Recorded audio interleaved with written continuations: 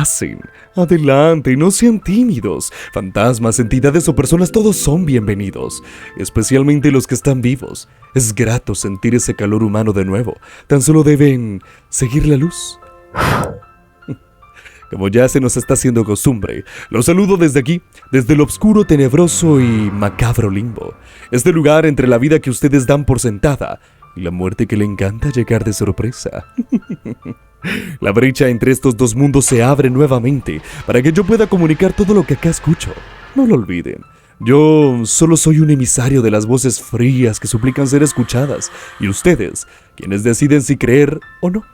Así que como recomendación personal, apaguen la luz, pónganse cómodos, tengan al máximo los audífonos y sus pies lejos del piso para evitar que algo trate de tomarlos por sorpresa, porque durante los siguientes minutos todo va a ir más allá de lo sobrenatural. Si hay algo que a mí, tanto en vida como ahora muerto, siempre me ha causado mucha duda, es la razón del humano de conocer qué hay fuera del planeta, cuando ni siquiera ha terminado de explorar su mundo. Digo esto, porque si hablamos de misterios poco explorados, el mar es uno de los más grandes que hay, y en él han ocurrido sucesos bastante interesantes. En este capítulo vamos a explorar una pequeña parte. Traigo para ustedes 4 historias de barcos que podrían ser catalogados como barcos fantasmas. Una a una, iremos escalando en sucesos cada vez más extraños, que los harán pensar y reflexionar sobre lo que en realidad conocen del mar. Así que yo espero que ya estén listos. En el puesto número 4 está uno de los barcos más embrujados y con más casos documentados de avistamientos de fantasmas en la historia. Me refiero al RMS Queen Mary. Un barco que estuvo activo desde 1936 hasta 1967, cuando fue encadenado en la ciudad de Long Beach, California, donde hasta el sol de hoy sirve como un museo marítimo y hotel de lujo. Durante sus primeros 3 años de existencia, el Queen Mary atravesó el Atlántico sirviendo de transporte a las personalidades ricas y famosas de la época, pero con la llegada de la Segunda Guerra Mundial, fue asignado a tareas de transporte de tropas. Durante todos esos años, la nave fue partícipe de muertes, desapariciones, asesinatos, entre otras atrocidades más, que hicieron que el Queen Mary se llenara de una especie de energía negativa.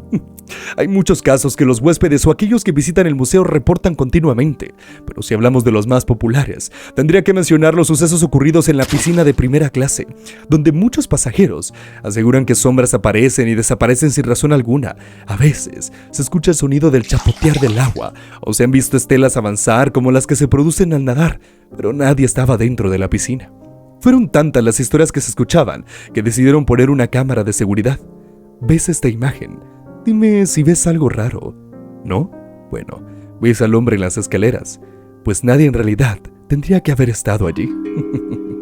Por otro lado, uno de los camarotes llamado el Salón de la Reina es uno de los más completos pero a veces menos preferido. Esto debido a que muchos de sus huéspedes han asegurado escuchar que los grifos del agua se abren solos, que el teléfono suena pero nadie responde del otro lado y que por las noches en la habitación de al lado hacen muchísimo ruido.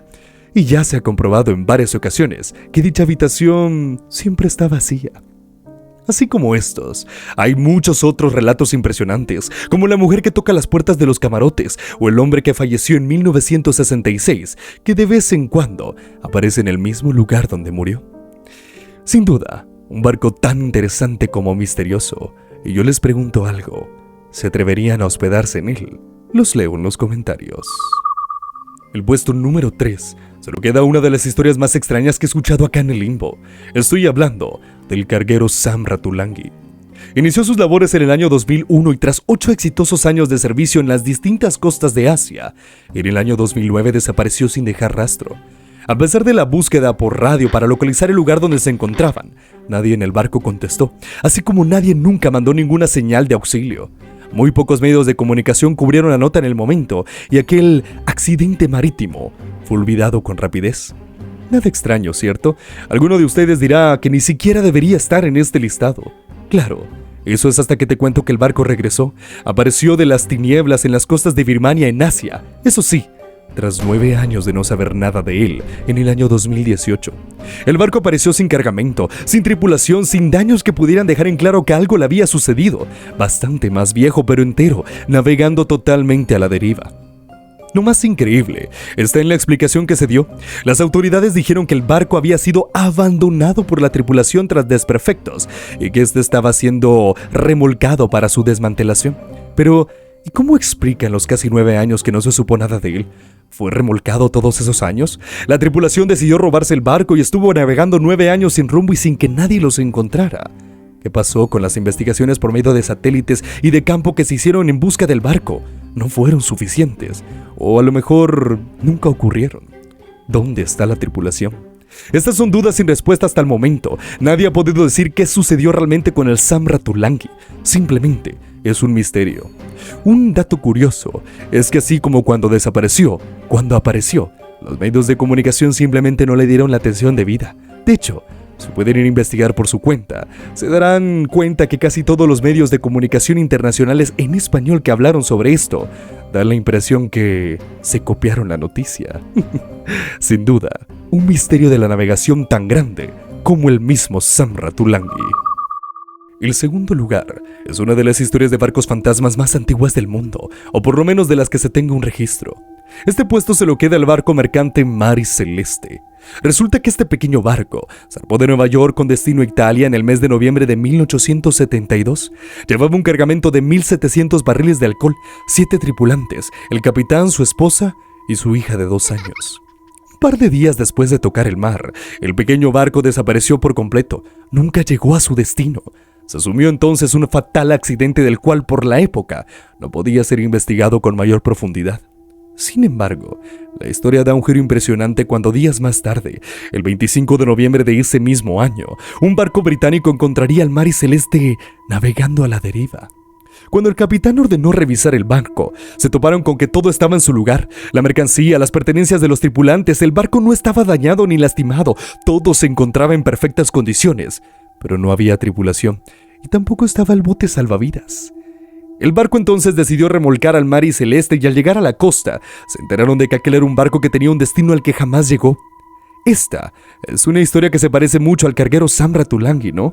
Pertenencias en su lugar, mercancía intacta, tripulación desaparecida. La única diferencia es ese bote salvavidas. ¿Por qué lo usaron?